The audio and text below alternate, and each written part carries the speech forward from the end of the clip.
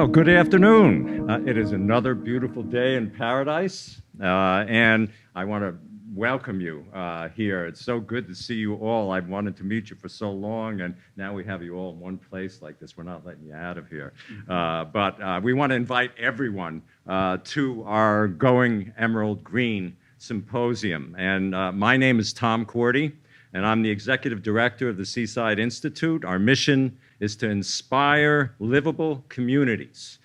We believe in promoting the building of sustainable places, great places that we love, through education and design.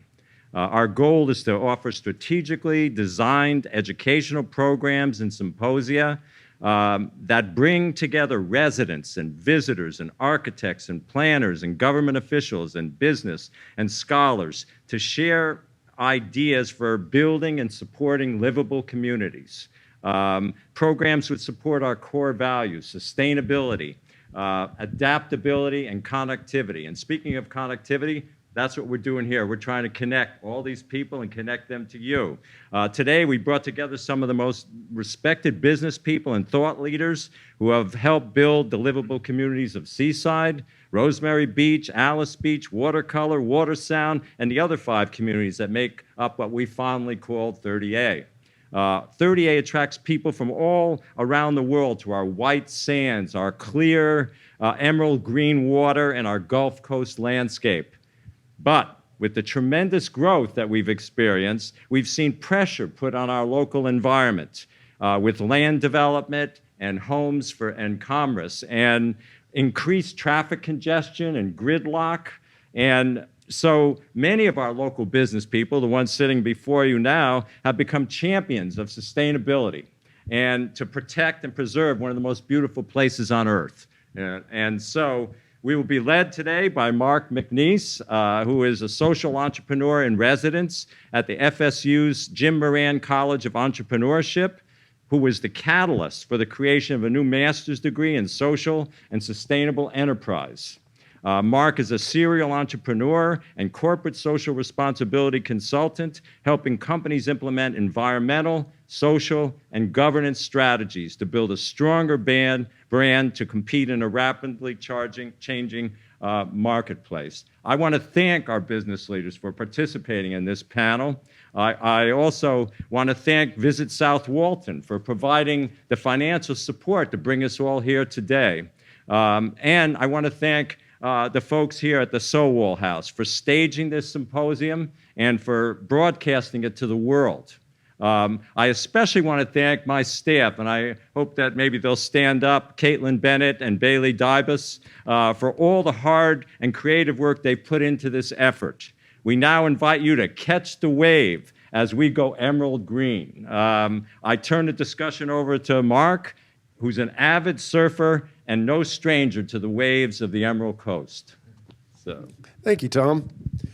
So great. I want to first just introduce our panelists.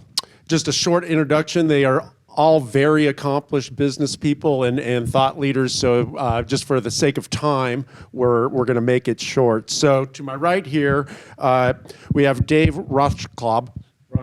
And I'm starting out with the hardest one. I think I got the rest. And Dave owns 3 restaurants in Seaside, Bud and Alley's for 35 years, Pizza Bar 14 years, and Taco Bar as well. But my favorite is Black Bear. Like, that is a first stop. I love the bagels and cream cheese and the lox. It is absolutely amazing. So thank you for that.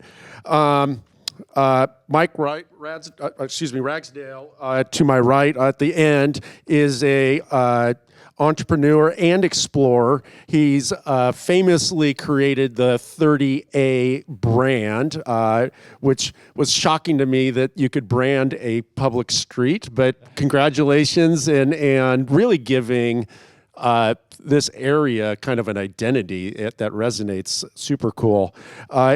Lots of different businesses associated with 30A, And one that is really interesting to me is he started a 30A gear company that uses recycled or upcycled plastic bottles for clothing. And we're going to talk more about that in a minute.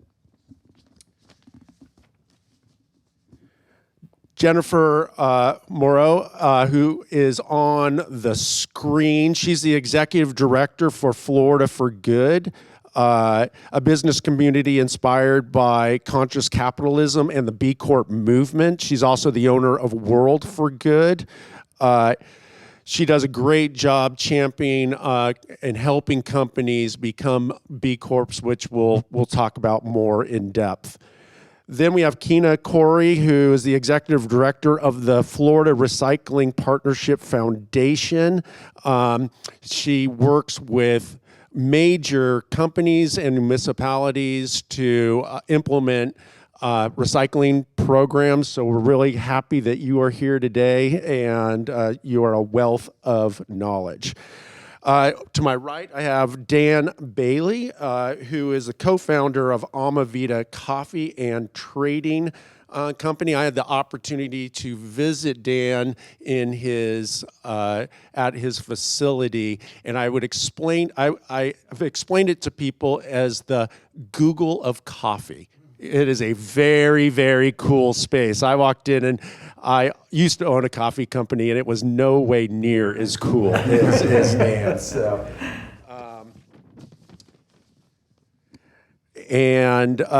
so that, Jeff Archer. Sorry. Sorry.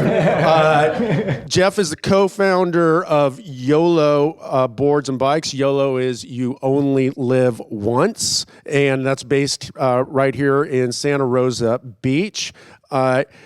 He started his career in manufacturing new ways to create. He loves the water.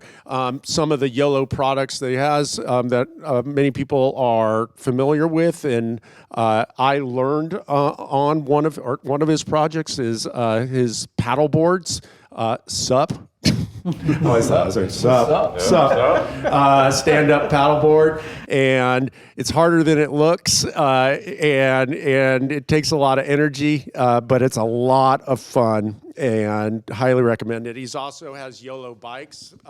If you're in 30A, you see them everywhere, and they're opening up a new 14,000 square foot distribution center, so that's really, really cool. So thank you, everyone, for being here. Today we're talking about sustainability practices, how your companies have implemented sustainability practices, maybe ideate some things that can move us into the future to have a more sustainable 30A.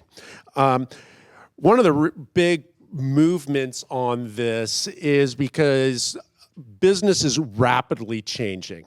The expectation that businesses are just have a financial positive bottom line is a business model that is no longer acceptable, and consumers are requiring more from businesses. In 2019, millennials actually became the largest consumer group in the world, according to U.S. poll study. And 77% of millennials believe that climate change is happening and being affected by human activity. These are our customers of the future, and they're expecting companies to work into their business model environmental policies that are sustainable and social impact, as well as good corporate governances. So we're going to start off with a short video. We invited St. Joe's Company to come and be here. They were not able to attend, but They were kind enough to send us a video with CEO Jorge Gonzalez. So we're going to show that video now, and then panel, we're going to have a short discussion about it. Northwest Florida is home to unexpected and diverse natural beauty. It's also home to a lot of development companies. Normally, those two things don't go well together. We are a large property owner, we're a real estate developer, but we also believe in conservation and protection of natural resources. As an ecologist working with St. Joe, I like that they're able to develop in ecologically sustainable ways that complement the ecosystems around them. The River Camps community specifically was developed with hundreds and hundreds of acres of conservation, wetlands preserved, the shoreline of West Bay is preserved, as well as Crooked Creek.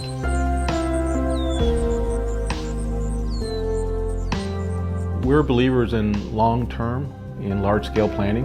So a number of years ago, we engaged in what's called the Bay Walton Sector Planning Process, and we created a framework for a 50-year vision for 110,000 acres that we own in Bay and Walton County. And 53,000 acres of that is in conservation. So it's really important that they preserve vast amounts of land.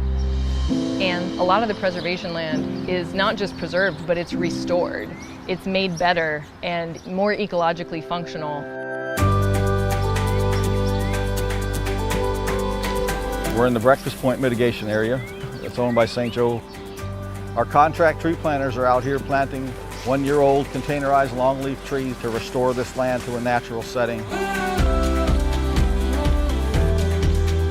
These guys can plant about 700 trees per hour.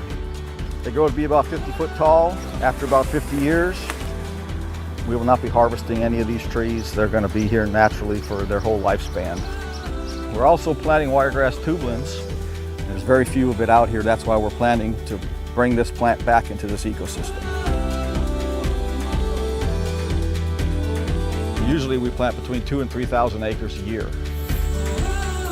One of the most exciting things about this is that the conservation land can be preserved forever and future generations will be able to enjoy it too. We live here, this is our home, this is where we're raising our families. So those concepts are very important to us, not just from a regulatory perspective, but from a stewardship perspective.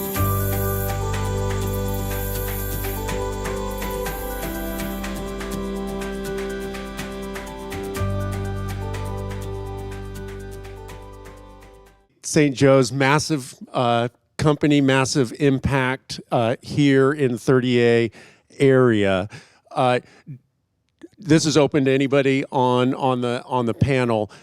Do you believe that St. Joe's is doing enough to preserve the 30A environment and is putting in policies that is going to protect this area in the future?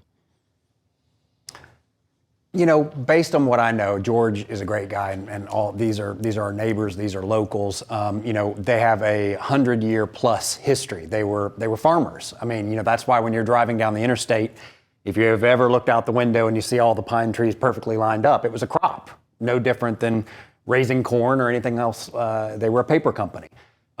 They shifted at some point, and now, you know, look, they could just as easily thrown up 15-story condo towers. I mean, you know, I know we have certain limitations here in Walton County, but they're in Bay County, they're in Mexico Beach, they're in a lot of different places. So I think they know their legacy, Port St. Joe. I mean, you know, their legacy is tied to this area, and they have to live here and they have to be part of this community. George is not some guy that they brought in from Miami to oversee this. I mean, he's been here for a very long time and worked his way up through the company. So I do believe there's a heart. I do believe that, you know, there's any company with a 100-year history is going to have a different lens and perspective on how you can view their history. But I think today, you know, I love the communities they're designing. I mean, they feel family-centric, they feel human scale. They're obviously inspired by some of the work that Robert Davis did in Seaside, some of the work that was done in Alice Beach by EBSCO, but they're still a company. They still have to make a profit, you know, in order to be viable. But I think I'd rather see them make a profit by building parks and bike trails and connecting communities with great cafes and great businesses, rather than say, hey, let's throw up some condo towers and put a goofy golf across the street and put in a couple of underground, parking decks. I mean, that's what they could do, but they're choosing a different path. But they're also choosing it because it's profitable. Right? Because people are preferring that over, and I'm not knocking Daytona Beach or Cancun, but they prefer that human scale development in this area over what we see in other beach communities. So I think they're doing it with profit in mind, but they are doing it, and that's important to keep in mind. They don't have to. Right. Anybody else? Well, Seaside and the New Urbanist movement really set the stage to show that developers can do the right thing. And great planning and great design is profitable, but it also enhances, the quality of life for those of us who live here. And having been here for 35 years, I used to drive down 30A, going surfing in Panama City, and there were no stop signs, and you could drive 90 miles an hour and check the waves along the way. And we used to sit around and have meetings to try to figure out how to get people to come here. But what Robert Davis and the New Urbanists that created Seaside have done, they truly showed that it can be profitable, but it does point to quality of life and sustainable quality of life. And I live in Watersound now. I started out in Seagrove, the real model, and the Seagrove roads all have beach accesses, and each street has its own access, and the beach is shared, and that's an important thing to me. But what St. Joe has done, living in Watersound, they right from the get-go, they took the environment, they put that forward. They easily, like you said, could have just mowed down the dunes and built what they wanted. But they do have a thoughtful plan in the developments that they have created, and that continues to be now. Now, on the other hand, there are folks that are concerned about the volume and the level of development, and there are concerns about infrastructure in Walton County, and can it handle that kind of volume? But we always want the highways to stay ahead of the transportation to stay ahead of the development, but that rarely happens, and that's part of some of the problems we're having. But to summarize, I think that St. Joe's been responsible, and I think that they're forward-looking. Great. Jeff? Yeah, I would agree. I mean, just yesterday I was on a bike ride, and I went to Watercolor specifically to ride the little trails that all the little gravel trails they put in behind there. So I think, I don't live in Watercolor, but as someone who does live here, I was able to access those trails and get out in nature. And I think they've developed that into a lot of their product that they're developing. I think what I saw in the video is that they have set aside a lot of area, and I think one of the easy fixes for us here is just more connectivity to those big outdoor spaces. Even to our own forest here, there are very limited connectivity. We rode the Longleaf Pine Trail this Saturday, and I'll tell you this, that if you didn't have an electric bike with big fat tires, you couldn't have made this 24-mile ride. So that means that the number one bike path that we have for access to the forest really isn't that accessible to the average person who's vacationing here.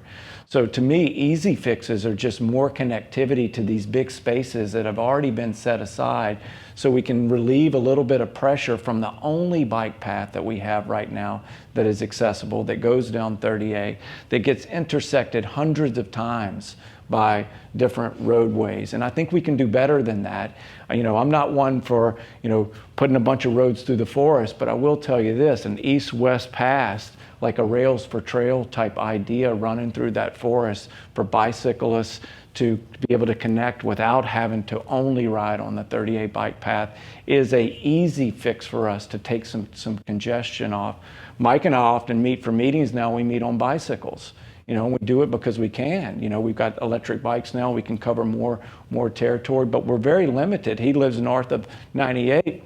There still isn't a bike path that connects south and north, which is crazy that we haven't connected the bay to the beach yet. So there's a lot of, to me, small little interconnections that can take some pressure off before we go to building more roads. Because building more roads, it's tough. I've got two businesses, one on 98 in Miramar Beach. We've been under construction there for 4 years.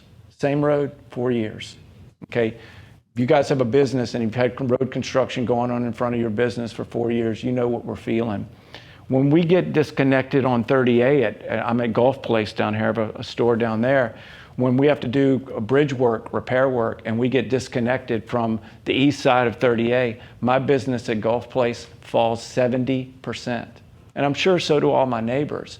So when I think about doing something to 30A that's going to disconnect it, I hope that we have at least bike paths connected that connect all of us before we start doing, and which we may have to do at some point, whether it's to put a tram in that goes back and forth from the big parking lots. I love the big parking lots going in.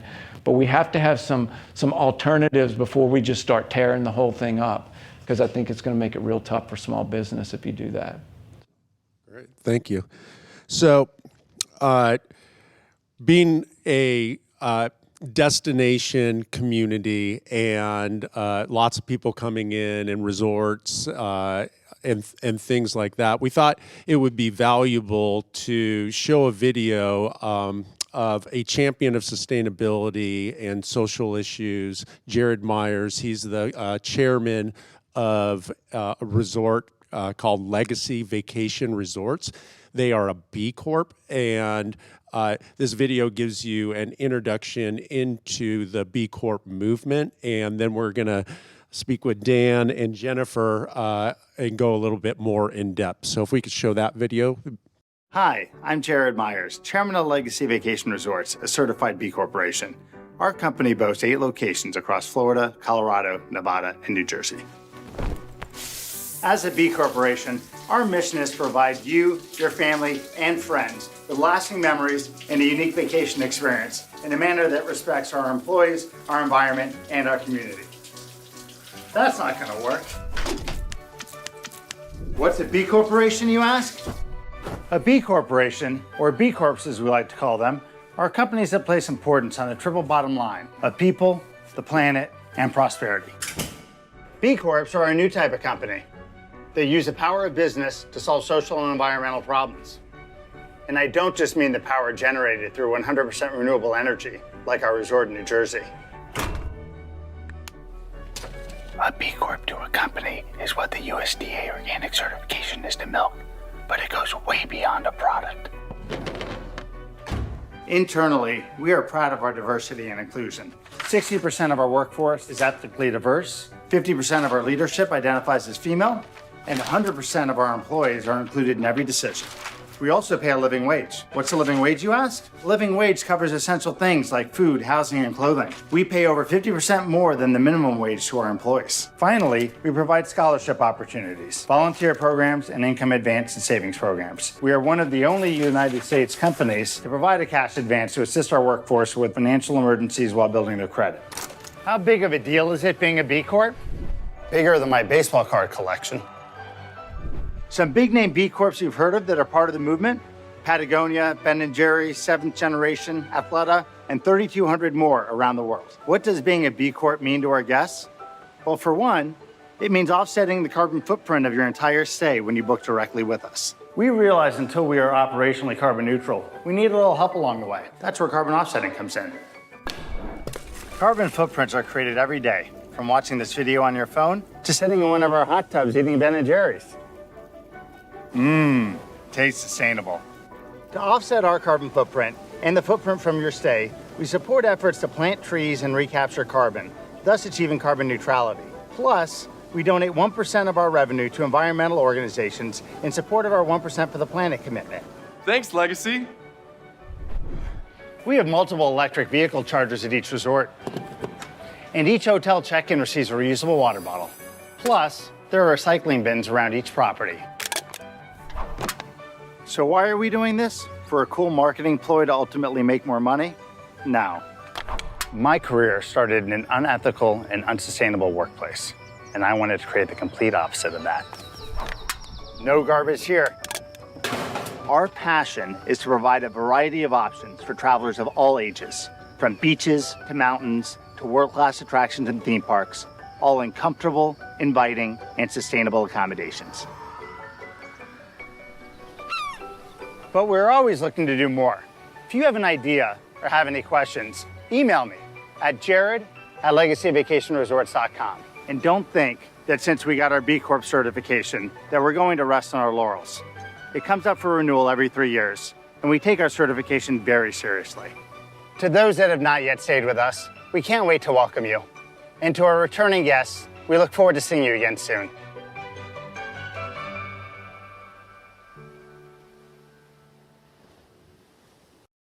So B Corp is run by B Lab, and it's a third-party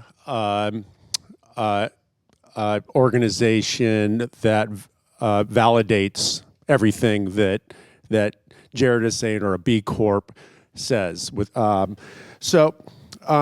First, before I go to Dan, to the panel, what's your thoughts on going with a third party to help you implement more sustainable and socially responsible policies?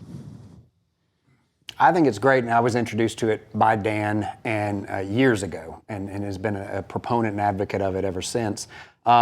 It makes you pause and think, about the minutia. It makes you pause and think about the detergent you use if you've got a certain product, or whether you're using water-based inks on a T-shirt versus the old screen printing way that's very chemically driven.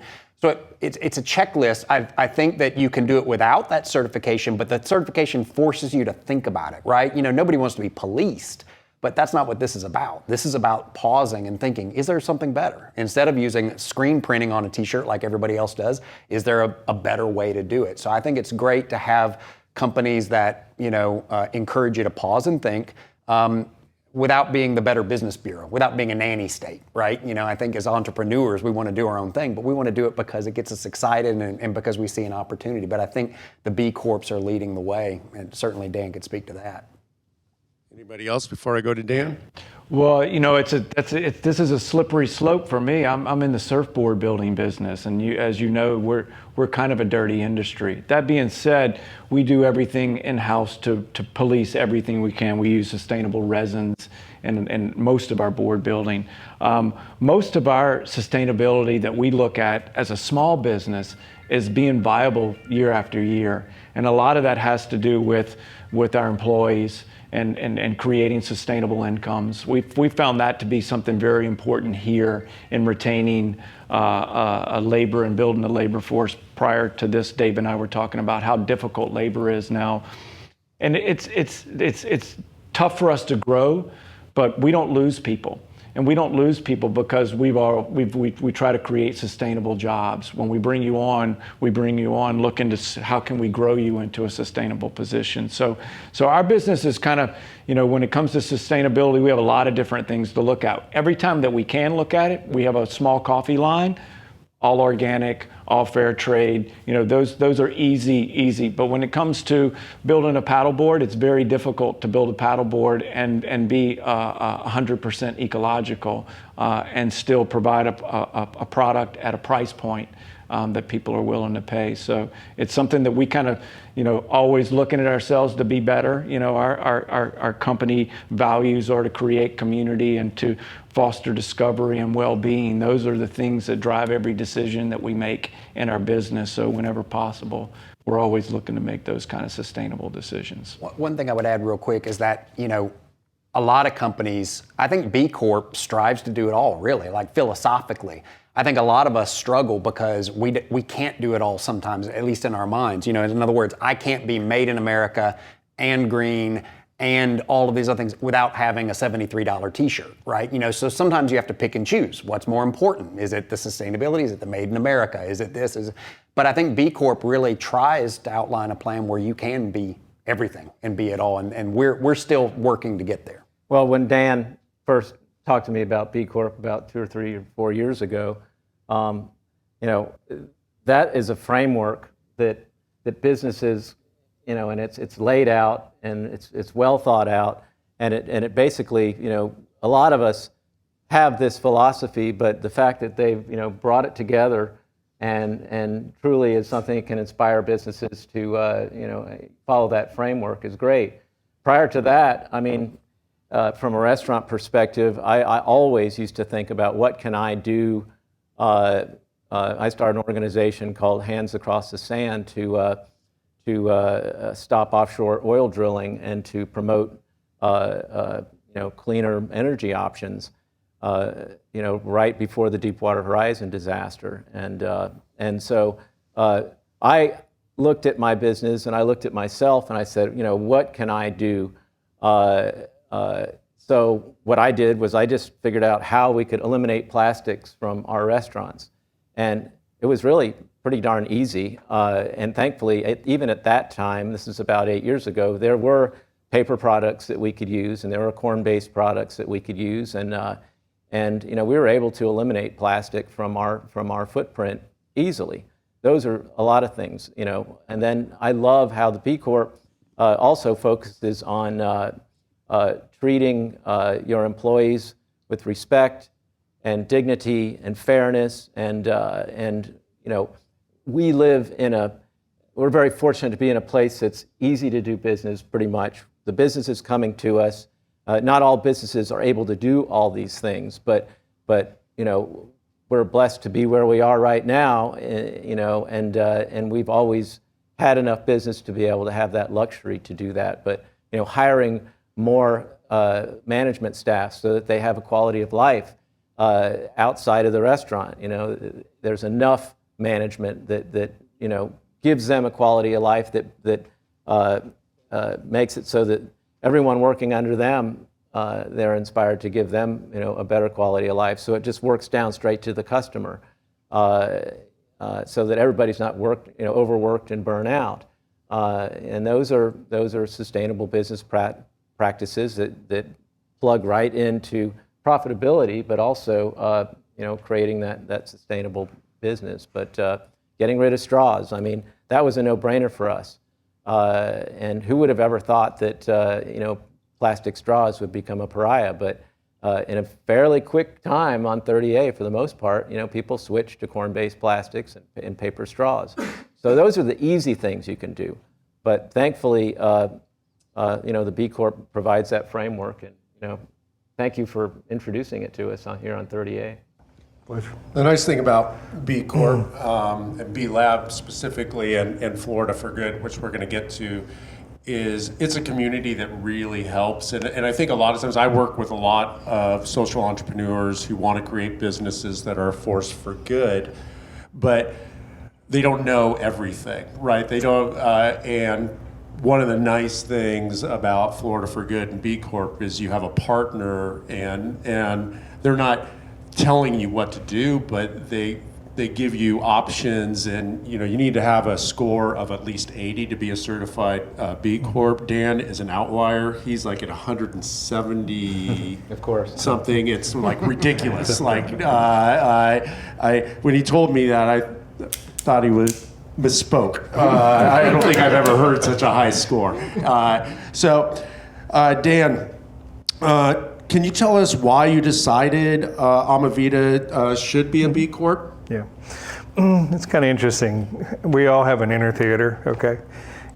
Jared just told you what it is. And we're all born with something when we know something's not right, okay? So that was part of our inspiration. I worked in companies similar to his, and just something's not right, okay? You just know it. So I decided to quit sitting on the sidelines, okay? And I decided to do it. So I picked coffee. You pick a poor country, it's a business model that I can do international development work with. And so I started this company, and the premise was do no harm. It's simple. So you're trying to solve this problem. How do I do no harm? And the only thing we could look to were other people that we could model after, and everybody, certainly everybody here that's a business owner wants to be a good company. So there was never something there that really gave us this framework. So I think probably 2013, I picked up a magazine, and it was a good magazine, and I learned about B Corp, and everything just locked right in. I said, now we have a compass, okay, So, and of course, you have to do an assessment first, doing a business, impact assessment. And when I looked at it, I said, I'm going to get an intern to do this, okay? Because I know it's going to take time, and I'm going to learn from this. So we looked at B Corps as a framework to learn, especially after we did the assessment. Like, holy cow, there's some low-hanging fruit. We can do a lot of things right now, but here's these things over here in the future that I'm going to have to learn about. So for us, it's part of our strategy, it's part of our DNA, okay? And you have to look at it more as a tool, as a guide. They're gonna always challenge you to be better, okay? So, and just when you got this done, it's never good enough, So for us, that was our driver, it was our framework for learning. And it continues to be very strategic. Just like you plan how you're gonna grow every year, you plan how you're going to what projects you're going to work on to make yourself a better company. So it's strategic, okay. And one thing that we talked about offline was that B Corp had some things that you didn't think were right, and you went back to them, and through a conversation, they grew and learned. Yeah, what's also, you have to look at B Corp. They're there to help you, okay? They're the agency that works with you to help to move you forward. There's not a lot of friction there, Now, when you get audited, they're going to test you out. They're going to vet you, okay? But to get to the point where you're there, it's actually not expensive, and they're there to help you. So that process is part of that process. An example was living wage. They would not include tips in living wage, and we're like, what? Okay, So what's nice about them? You can throw a challenge out there, and they have a review board that will take that and analyze that, and they'll adapt their model if it makes sense. So they allowed tips into the revenue stream which affects a lot of us here that work in the restaurant industry. It's a big portion of that. Now, it's on their W-2s, okay, So that really that's an example of what they've done. They've done a couple others with Radius on where we buy products, where they adapted it for agriculture products. So you can challenge and they'll work with you. They're trying to get because there's a lot of different models depending on the business. You're not always boxed into one situation. So they're very cooperative to work with you. Yeah, and I just thought it was important to put an exclamation point on that they're not a policing agency. They're there not, to help. And I think you look, and just carrying in on some of the other conversations, the idea that if you're doing harm because that's your business, you can also reconcile that through offsets or other opportunities. So that's the whole point. If you can't, we're a plastic neutral company. We produce 17,000 pounds plastic we can't produce or get rid of because we are our own restrictions. But I have an alternative to that. I can offset. We have a project, and we work in Kenya through Repurpose Global. They pull 17,000 pounds out, okay? So there's a way, even Jared would tell you, they're a carbon neutral company. We are as well. We produce 343 tons of carbon pollution every year. We offset in Nicaragua, okay? So you're back to, if you're doing harm here, how do I offset that? So it applies whether you're making paddle boards or any kind of business. You first have to understand what are you producing? Where is your harm? And then you find avenues to offset. So those are the practices that they allow you, or they provide for you, so you can understand actually how to become a better company, if that makes sense. Yeah. Awesome. I wanted you to clear one thing up. One of the most confusing things probably in this world is B Corp versus Benefits Corporation. Could you unpack that for us? Yeah, it's so you can be certified as a benefit corporation, and you can also be a legal benefit corporation. So you can be both, all right? So oftentimes, if you're going to become a certified benefit corporation, you just go through your assessment, okay? But if you're legal, it actually requires you to modify your bylaws, okay? And that you put more responsibility back to your business in terms of making decisions about environment, community, employees. And it's not legal in all states. I think we're 30 plus, 37 states, where Florida is one of the earlier ones. So We're number 26. So if you think about that in even though we're small businesses, it really addresses the governance side of it. With most traditional business practices, we've all been taught that we have a responsibility to our shareholders. Okay, so think about that for a second. Who's deciding on what's better for the employee, the community, or environment? So when you modify your bylaws, that puts a lot of that power back to the company to make decisions. Jared mentioned on this something what we call conscious capitalism. It's about rebalancing, what is being, the profits along with these other tenets that we speak about. And that's what B Corp framework is about. From my point of view, it's really designed to solve global problems, okay? If you think about whether it's ethics, environment, imagine how many companies, if they had this rebalance the way they are conducting their business. Imagine what that impact would be, And we all have, many of us have kids, we're all worried, they have anxiety, they know what they want, they don't know how to solve it. So B Corp is about the only framework, if you said, we're gonna change the way we do business in the world, we're gonna just really reshift the capitalist model we've all been taught, okay, and rebalance it. So that's why the B Corp is such a powerful movement, and it's you'll see it. You guys are working in academia; they're now teaching it differently. Okay, so the model is shifting. It's just arguably is it fast enough? Okay, So final question: what would you tell other companies about the benefits of becoming a B Corp? On a personal level, you can sleep better at night. Okay, but more important, you're really improving the future of what's going on, not just in your own communities, but in the world, okay? You're going to be part of the change that's necessary, whether it's an environmental problem, a social problem, or whether it's employee related. It's going to give you a book that's going to challenge you. And as an owner, it's emotional, I'll tell you. You're going to sit there and say, I want to do that, but maybe not now. But it's going to keep you up at night sometimes, always trying to improve your business, and what you do is an impact point of view. But to your point, we've entered a new era where there is a new consumer out there. So yes, you sleep better at night, and yes, you're doing good in the world, but consumers are also reacting to it, right? And there is a halo effect around his brand and everything Dan does because of these practices that he benefits from business-wise, right? Not just mentally, but business-wise. His business, I think, is rewarded, even if it's not necessarily the person paying for the cup of coffee at the countertop. His strategic partners are proud of it and want to work with him because it's just kind of it's already been vetted, right? So I think there's a lot of, and that goes back to this all has to work not just because you're guilted into it. It can't work just because you feel like you need to do something good for the planet. It's got to work as a business, right? And this is proving that it can. Yeah, exactly. And I think early on in sustainability movement, a lot of business people were concerned that it would come at the expense of profitability or just sustainability in the sense of being a sustainable business. I think that we've seen, especially with educated consumers demanding, and not only demanding, but choosing products that are more sustainable or are socially responsible, it's showing that it's better business. And for the long haul, I do a talk called The Evolution of Business, where I talk about the different economic revolutions, the agrarian, industrial, tech, and now what I believe we're in the responsibility revolution.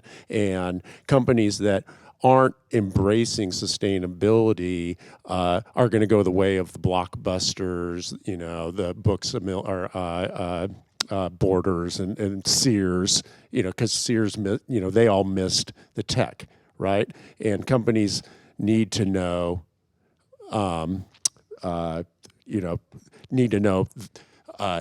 hey, the market has changed. It's not changing, it has changed. And if you're going to be competitive in the future, you absolutely need to address these issues, or consumers will pass you by. Jennifer, I wanted to go over to you. Jennifer's in Orlando. I think you're in Orlando. Yes, you're in Orlando. Actually, I know you live in Orlando. I just didn't know if you were there. So can you tell us about Florida for Good and Bee Tourism? Yes, I sure can, and thank you. I'm very happy to be up here on the stage with all of you. A lot of you are new faces. And I wanted to start with a stat that I just got from B-Lab this morning. That I asked them for different stats during COVID among B Corp companies, and they're incredible to see. And just one of them is they gave me 2/3 of all B Corps saw increase in revenue in the 2020. And of the B Corps that increased the revenue in 2020, 77% of them also gained employees, and they, which like speaks volumes to how this type of new business model, these new business operations can make your company resilient during crazy times. So Florida for Good, it was started by Jared, who was in that shower video that we saw.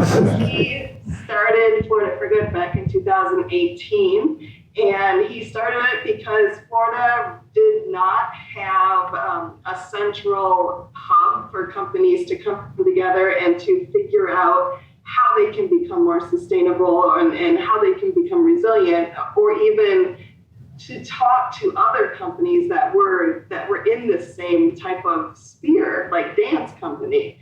So at that time that he started Florida for Good back in 2018, there were probably, I think, 16 B Corps, Dan being one of them, and I don't know if many of them knew each other or were talking to each other. It's like everybody was in their own silo.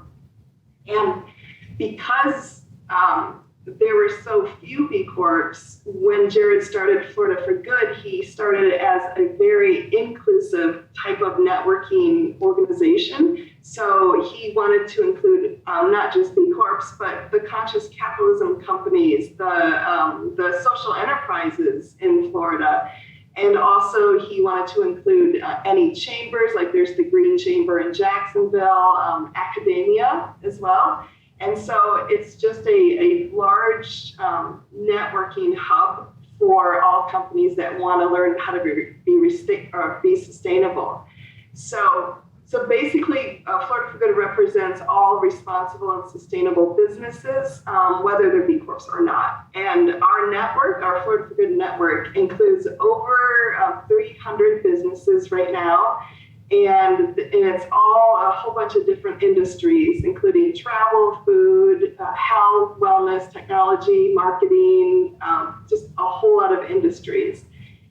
And so different things that we do at Florida for Good, we form partnerships with other organizations that are like-minded. So we don't want to recreate the wheel. We don't want to compete. We just want to bring everybody together. We want to share events.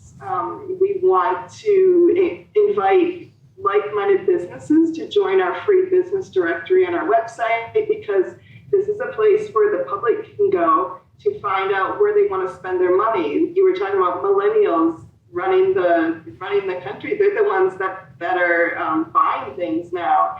They can go to our website and say, well, I want this service. I'm in Florida. Who do I have to pick from? That's what our directory is for.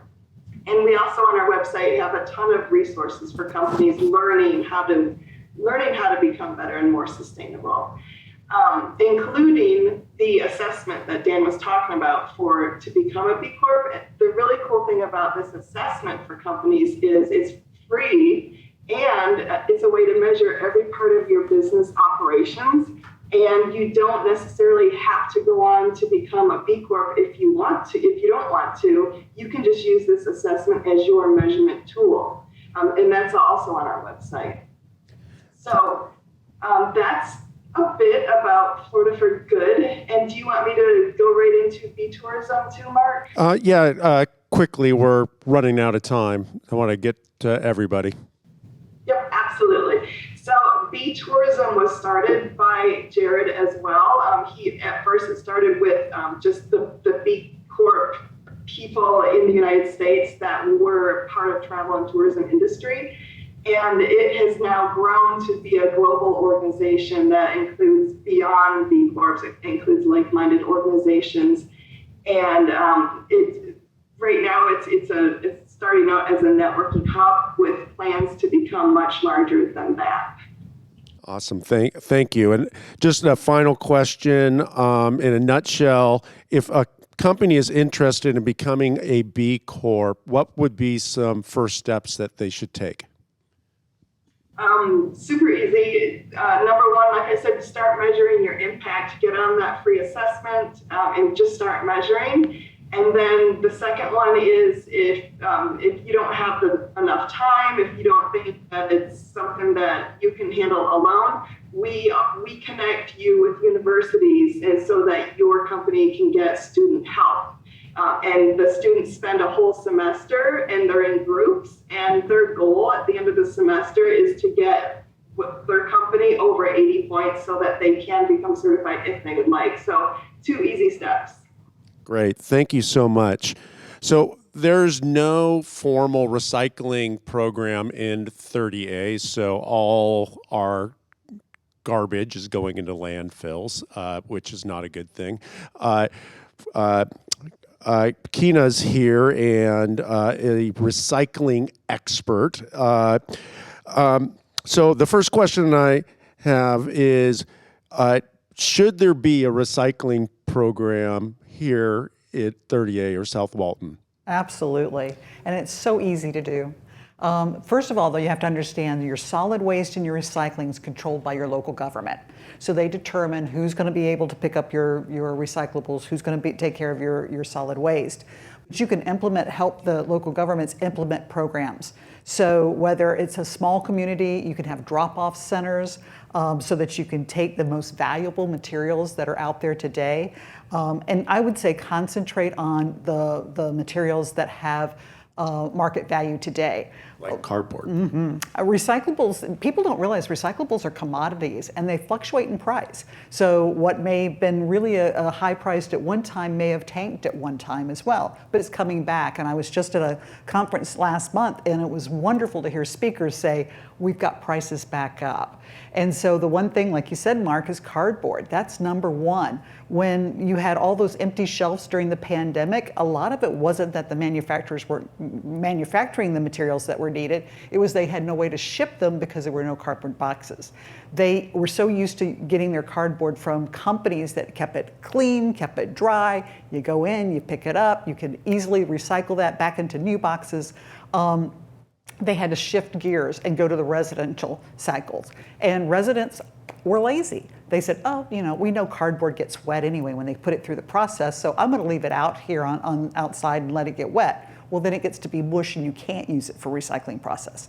So you're trying to train people to have your cardboard clean, dry, flattened out, so that it's ready to go to those manufacturers so that they can make new boxes. But if you concentrate on cardboard, paper, mixed paper, Tallahassee Marpad, he went from $27 a ton just a few months ago up to $72 a ton in just a short period of time. It's not quite where it needs to be, but it's on its way up.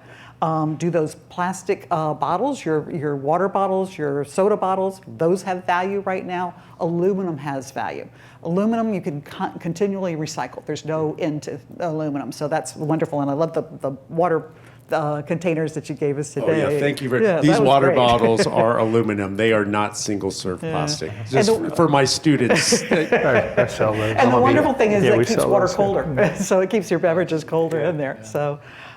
So there's ways to do it. You've got to work with your local government. You've got to have enough volume that you're going to have a company come in and take it. So it can't be just a household here and there.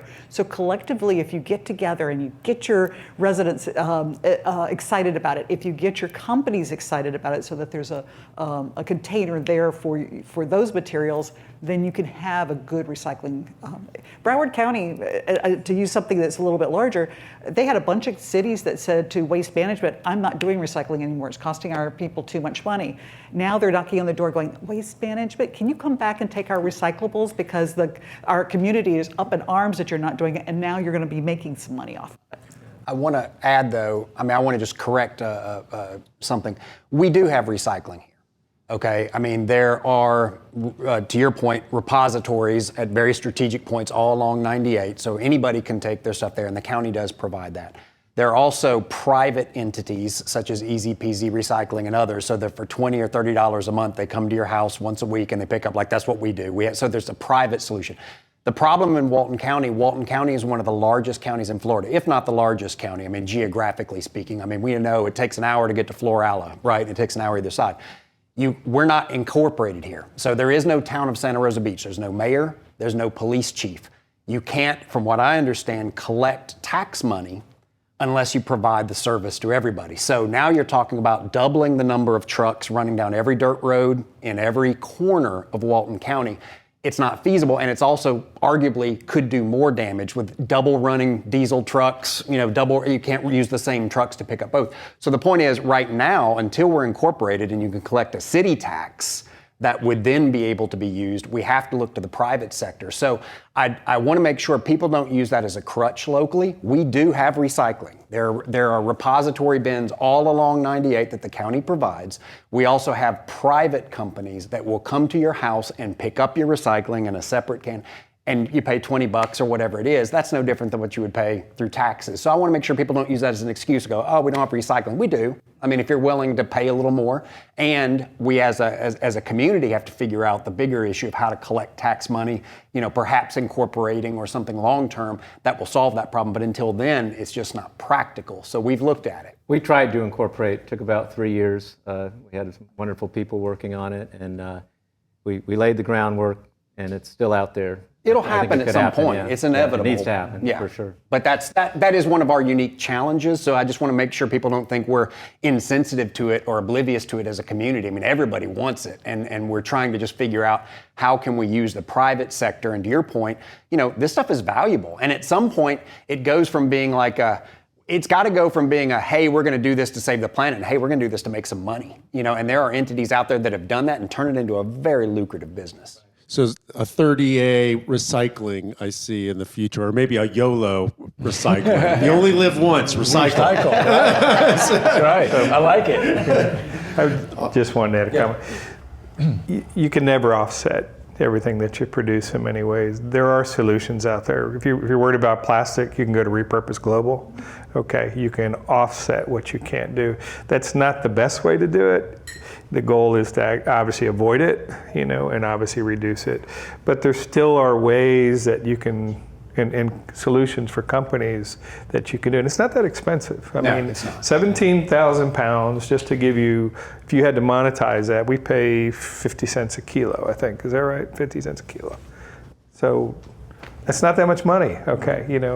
I'm just pointing out some of these solutions that we think are so bigger. It's not here locally, but you still can offset, and it's not that expensive. Okay. Awesome. For the sake of time, I'm going to move on. I want to get to our final panelists. So, Dave, you already mentioned Hands Across the Beach. Can you tell us a little bit more about the importance of that and the impact that that's had? Well, Hands Across the Sand was initially, as I said, to stop offshore drilling in Florida's waters. And as evidenced by the Deepwater Horizon disaster, the economies of 5 states, coastal states, were affected drastically by that disaster. So there's an environmental impact, there's an economic impact. But broader than that, I'm completely inspired and blown away how far we've come since 2010 in lessening our dependence on oil and fossil fuels. I never thought that we would have gotten this far, and I'm so happy to say that the camel's nose is under the tent, and renewable energy is on everybody's lips, and of course climate change is looming over us and has been for quite some time. So I mentioned earlier, the things that we can do individually, of course, recycling and all these things, but, I'd like to be the first restaurant that has, a solar-powered restaurant. I just put this big giant roof up there, and I'd love to get the Tesla solar panels and unplug from Chelco. Sorry, Chelco. But that's I was originally inspired because I wanted to prevent an offshore drilling disaster in our beautiful Gulf of Mexico. But yeah, did that answer your question? Yeah. No, absolutely. I got a couple more questions for you. So you've been an active champion of sustainability and clean energy.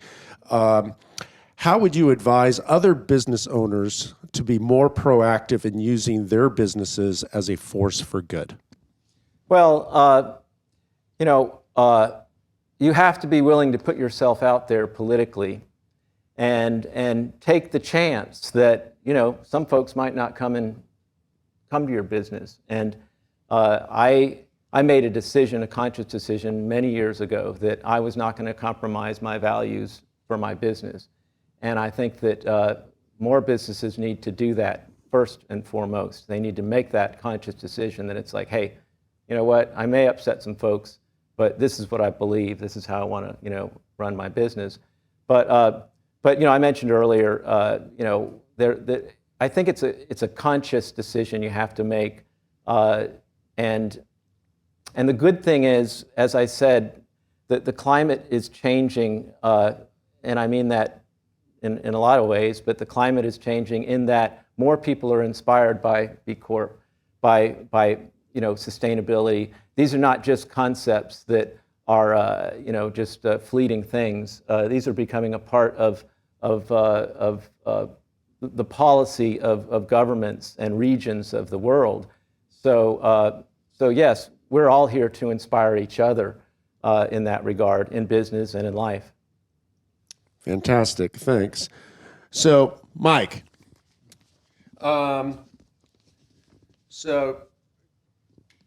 few people have been more inspired by the scenic beauty of 30A than you and your company. I think you like 30A a little bit, is what I'm picking up. So, how does your company help preserve and protect 30A environment? Well, there's a lot of different ways. I mean, obviously, the most obvious things are like all of our apparel's made from recycled plastic water bottles. We've so far pulled 6 million plus bottles out of the system. So we buy our plastic from landfills here domestically, and that plastic is spun back into a yarn. And when people first hear about it, they're like, ooh, plastic. Well, anything polyester, anything poly is plastic, right? So sheets, bed sheets, Lululemon, whatever it is, anything like that is plastic, but it's virgin plastic, right? It's being created for the first time. So we're taking plastic out of the system and putting it back into, very wearable, super comfortable apparel. But I would like to think, from a local level, and that's just one of the many, things that we do as a company. But a local level, I get credit and/or blame sometimes, for the massive, growth through the popularity of our brand. But as much as I would like to accept that either way, the reality is that wave was coming. I mean, you can look at Destin and Panama City and recognize they weren't going to get to the county line and go, well, guess we can't go any further. That wave was coming. What I'd like to think our company's role has been is to kind of communicate, be the voice, the microphone for the values in our company. That what's important here. Okay, it's not goofy golf and bungee jumping. It's coastal dune lakes. It's paddling on a coastal dune lake. It's taking a bike ride through the woods. It's playing on the beach with your kids, or having a great glass of wine at a great local restaurant with your friends and toasting the sunset as the bell rings. Those are the values that our community holds. So what we've tried to be is really a place where we say, this is the 30A way of life. This is the 30A. If you're going to move here, don't come with a Daytona or Cancun attitude. You come here with an attitude that this is a more nostalgic return. I used to say Mayberry at the beach until one of these millennials we've heard so much about says, we don't know what that is in my company. And I'm like, it just crushed my soul a little bit, We're the old guys. I quickly realized I could no longer use Mayberry So my dad was on the Andy Griffith Show, and right now he's in Mount Airy. He's a musician, and they are having their annual Andy Griffith thing, Pilot. and he's playing music and signing autographs. He was on 2 episodes. But that's really was it the bluegrass band? Yep. Okay, yeah, of course, great episode. Leroy Mack, yeah, of course. That's my dad. But this area is really, I think the reason it connects and resonates with people is because there is this nostalgia you get, here. Even if you never had that actual lifestyle growing up, people come here from Atlanta, Nashville, Baltimore, whatever,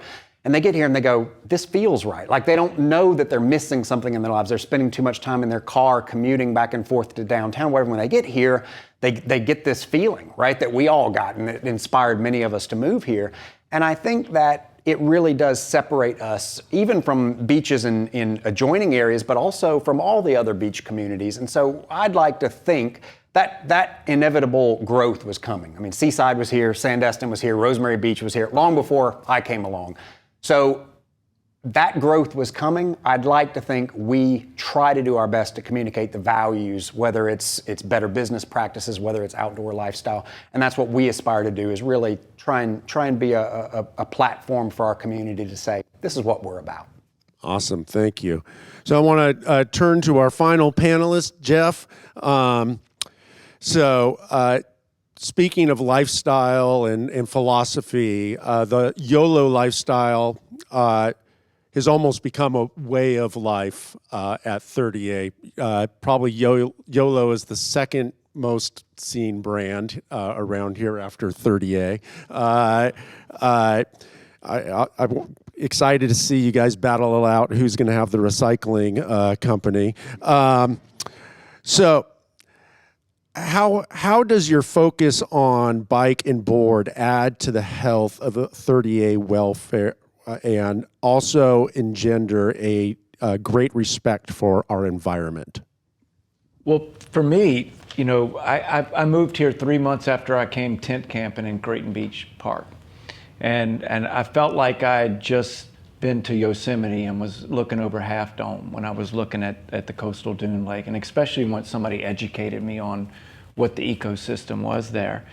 So when we moved here, I always looked at this product that it was going to be, and please stay with me here, but it was going to be Disney at the beach. Not from the aspect of what you experience at Disney, but that you were coming here to make experiences, generational, you know, and instead of roller coasters, we have coastal dune lakes and beautiful white sand beaches and state forests to be in. So for us, that we needed the tools to explore that with. So whether it's our paddle boards or our bicycles or our electric bikes, they're designed for this area first. This is the first customer that we're looking at and saying, how can we explore our own backyard? You know, Mike and I have had many conversations about products and what to bring in and those type of things. And it's usually not about what we're going to sell in California or what we're going to sell in Germany or any of that. They're going to buy what we build for our community here. So we feel like we have such a great ecotourism opportunity here, and that the tools, the pressure that we're feeling now is because people are so car dependent, you know, and if you're going to be car dependent here, you're going to be unhappy, you know. But if you don't spend a lot of time in your car here, you're going to feel like you're robbing a bank, you know. And Mike and I talk about it all the time. It'll be a Tuesday afternoon and we're riding bikes to go meet each other somewhere for a meeting, and we're like chuckling like, this is work, you know. So I feel like that the atmosphere here, the backdrop here is just a place that gives people the opportunity to come make experiences with their loved ones that they remember forever. If you go out on a paddle on a coastal dune lake, I still remember the first time we went on a paddle out with you in front of Seaside, first time you got on a paddle board with us out there. You remember these things. Didn't I fall flat on my face and I had a bloody nose? You found it a little more difficult than maybe surfers thought it was. How embarrassing. I've been surfing for 45 years. I'm the only guy ever hurt themselves on a paddle board, but it's okay. I terrified some kid because it was blood all over my face. Never mind. But you remember, I remember that day. I remember because of the head trauma, but yeah, but the rest of us do. So I really feel like that this is a place that people are going to continue to come to. We are going to have the pressure. St. Joe is going to develop more stuff. We just have to figure out the hacks, as the millennials would say. What hacks are we going to build in? Are we going to just be silly and think that all we can do is build roads? No, there's all kind of other hacks around roads. There's a lot of interconnectivity that we can do with cart paths and bicycle paths. So that leads into another question. So how would a redesign of the infrastructure and incorporating bike trails as a feasible means for actually getting around? How do you envision that happening? Well, I mean, I think we're going to have some type of relationship with the Park Service, and we're going to have some type of access to build some better pathways for bicyclists through the park.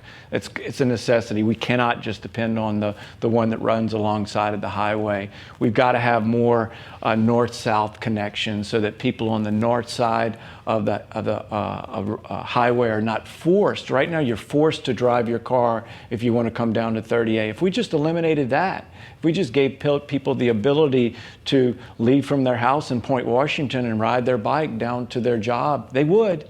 They just can't right now because it's too dangerous.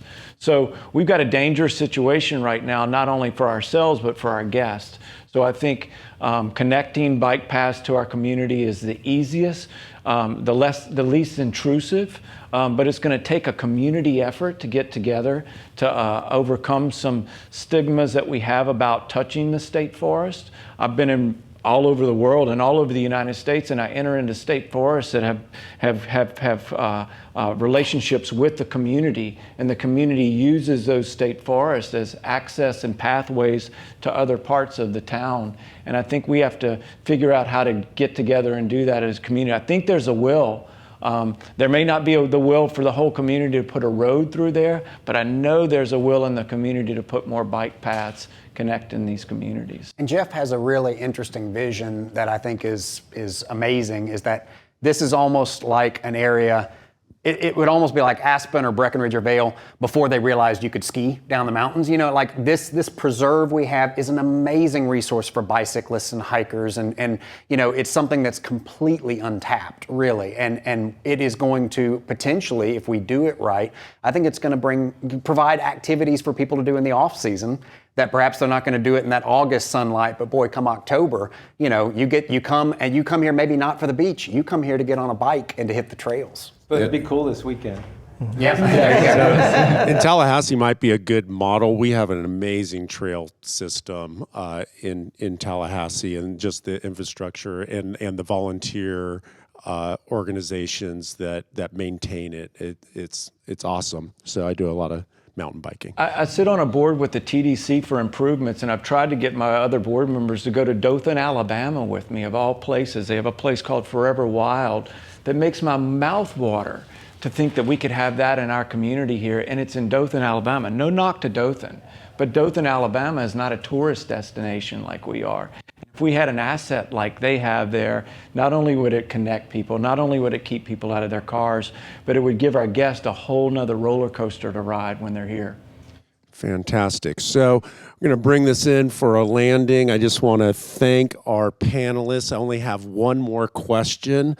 So how are you guys going to help me move from Tallahassee to 30A, because I desperately want to be here? Okay. So that's all you got to do is want to be here. Just get here. There's all kinds. You want a job? I'll hire you right now. All right, there we go. I'll teach you how to 10 bar. All right, cool. Awesome. You probably lose your cost of goods sold would go up.